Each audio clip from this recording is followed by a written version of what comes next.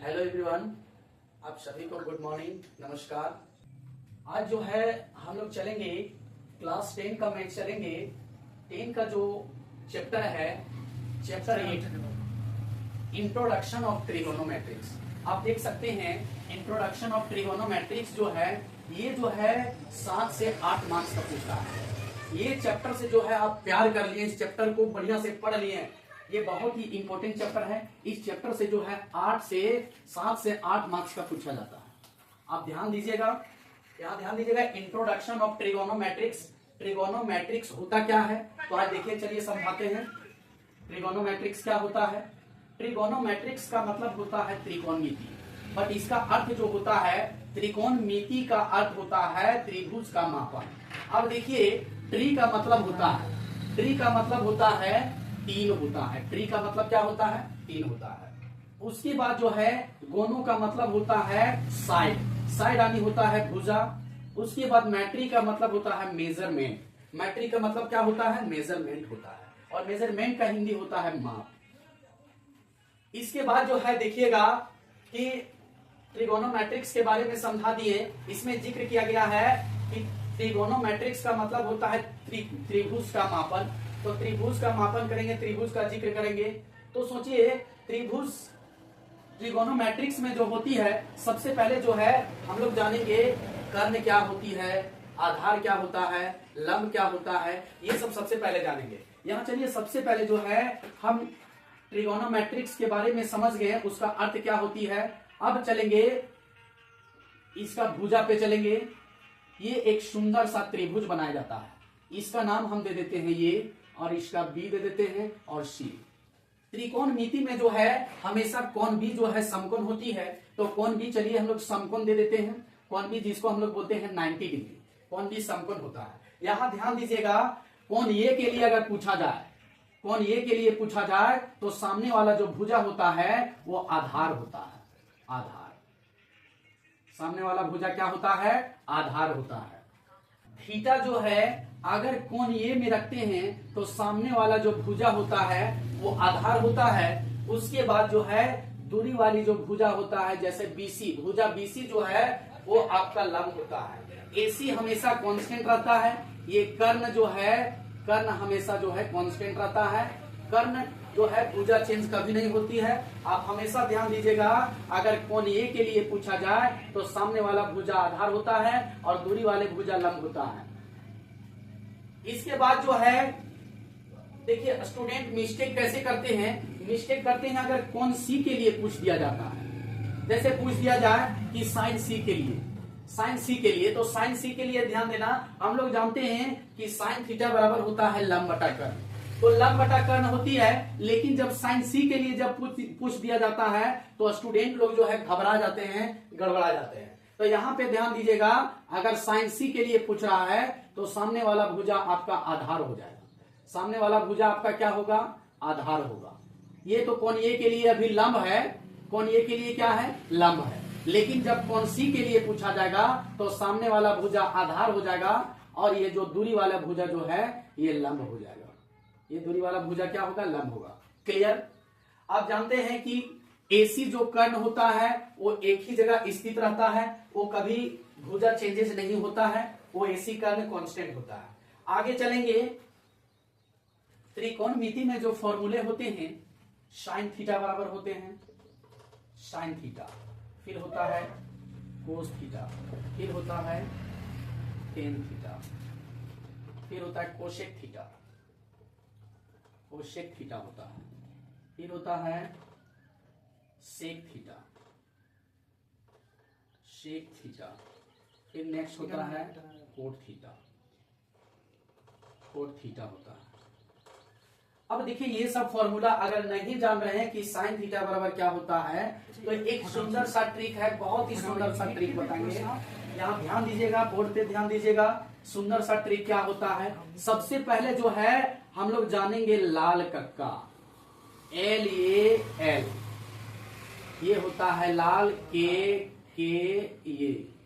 ये ट्रिक जो है आप पहली बार सुने होंगे कि लाल कक्का से जो है इसका फॉर्मूला जो है हम निकाल देंगे। तो यहाँ पे ध्यान दीजिएगा, जब तक आपको लाल कक्का याद नहीं है तब तक आप साइन थीटा का फॉर्मूला नहीं बता पाएंगे, कॉस थीटा का फॉर्मूला नहीं बता पाएंगे, टेन थीटा का फॉर्मूला नहीं बता पाएंगे, कॉस का भी नहीं बता पाएंगे। देखिए एक्चुअली क्या है कि आप रट लेते हैं तो फॉर्मूला बता सकते हैं, लेकिन हम यहाँ पे शॉर्ट ट्रिक आपको बता रहे हैं, शॉर्ट ट्रिक, पूरा शॉर्ट ट्रिक हम आपको बताने जा रहे हैं लाल कक्का। यहाँ पे ध्यान दीजिएगा कि लाल कक्का का जो शॉर्ट ट्रिक है इस प्रकार है, यहाँ देखिएगा, इसको हम साइन लिखेंगे, यहाँ कॉस लिखेंगे और यहाँ क्या लिखेंगे टेन, और जस्ट उल्टा होता है, साइन का होता है कोसेक, कोसेक और कॉस का होता है सेक और टेन का होता है कॉट। यहाँ पे ध्यान दीजिएगा, अब यहाँ पूछा जाएगा लाल कक्का, जब तक आपको याद नहीं रहेगा तब तक कुछ समझ में नहीं आएगा। तो यहाँ पे लाल कक्का फॉर्मूला याद रखिएगा, और जब पूछा जाएगा कि साइन थीटा बराबर क्या होता है, साइन थीटा बराबर क्या होता है, तो ऊपर से नीचे ले जाएंगे, यानी लंब बटा कर्ण होता है, एल बटा के जिसको हम लोग बोल सकते हैं। एल का मतलब होता है लंब, के का मतलब होता है कर्ण और ये का मतलब होता है आधार। तो यहाँ पे ध्यान दीजिएगा कि साइन थीटा बराबर क्या होगा, एल बटा के, जिसको हम लोग लंब बटा कर्ण बोलते हैं, एल बटा के हो जाएगा। बहुत ही सुंदर है, इस लाल कक्का को याद रखिएगा तो ये फॉर्मूला पूरा याद हो जाएगा। अब पूछ रहा है कि कॉस थीटा बराबर क्या होता है, तो लाल कक्का से जानेंगे हम लोग आधार बटा कर्ण, यानी ये बटा के होता है। तो चलिए कॉस थीटा बराबर हम लोग लिखेंगे ए बटा के लिखेंगे।